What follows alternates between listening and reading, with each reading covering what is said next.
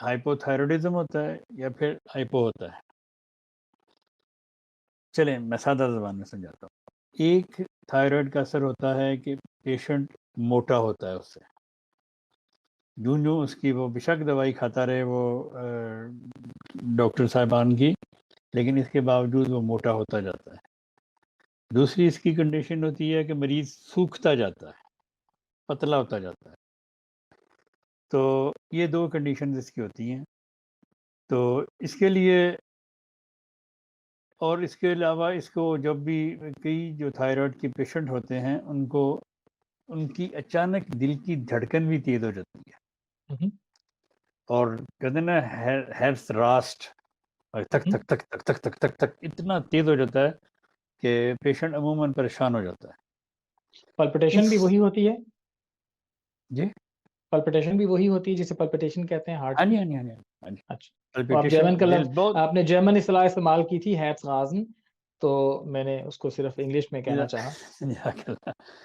تو وہ اگر ایسی کسی کی کیفیت ہو اور کئی دفعہ دل لگتا ہے کہ یہ دل گلے سے باہر آ جائے گا، اتنی تیز ہوتی ہے. جی جی. اس کی واحد دوا اور بہت اچھی دوا وہ ہے لائکوپس ورجن.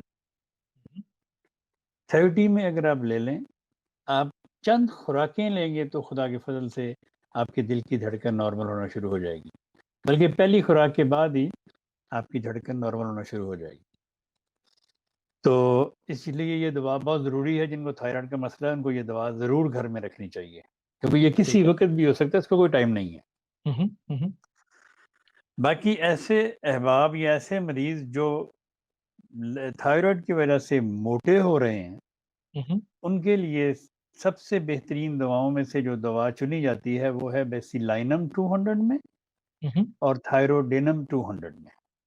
ٹھیک ہے. یہ دوا میرے استاد محترم رحم اللہ تعالیٰ کی تجویز کردہ ہے، جس کو میں نے بے شمار مریضوں پہ آزمایا ہے اور خدا کے فضل سے اچھے نتائج ملے.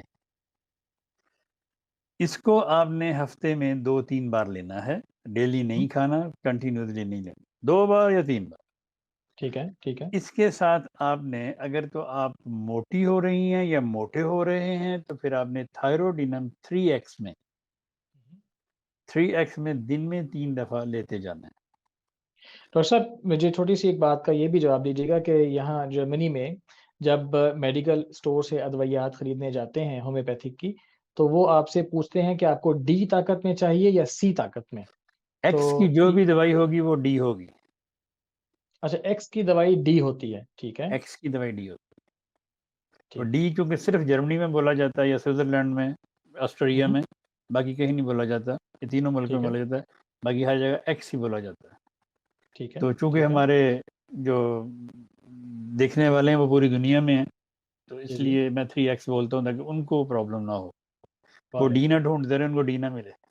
اور جرمنی والے ایکس نہ ڈھونڈتے رہیں، ڈی ان کو مل جائے. وہ تو جرمنی والوں کو تو چلو ٹھیک ہے، جزاک اللہ، آپ نے ٹھیک کر دیا. تو وہ آپ D3 میں روزانہ 3 دفعہ لیں اور 3 مہینے لے کے پھر اپنا چیک اپ کروائیں. بہت بہتر. اور اس کے ساتھ اگر وہ ساتھ موٹے ہو رہے ہیں تو اس کے لیے جو بندہ موٹا ہوتا ہے اس کے عموماً ہاتھ اور پاؤں ٹھنڈے ہوتے ہیں. اس کی ٹانگیں بھی ٹھنڈی ہوں گی، اس کے پاؤں بھی ٹھنڈے ہوں گے، اس کے ہاتھ بھی ٹھنڈے ہوں گے، بلڈ سرکولیشن کم ہو جاتی ہے. تو اس کے لیے وہ کلکیریا کارب کیلشیم کاربونیکم 30 میں یا 200 میں روزانہ کھائے تو اللہ تعالیٰ کے فضل و کرم کے ساتھ ان کا وزن بھی کم ہونا شروع ہو جائے گا.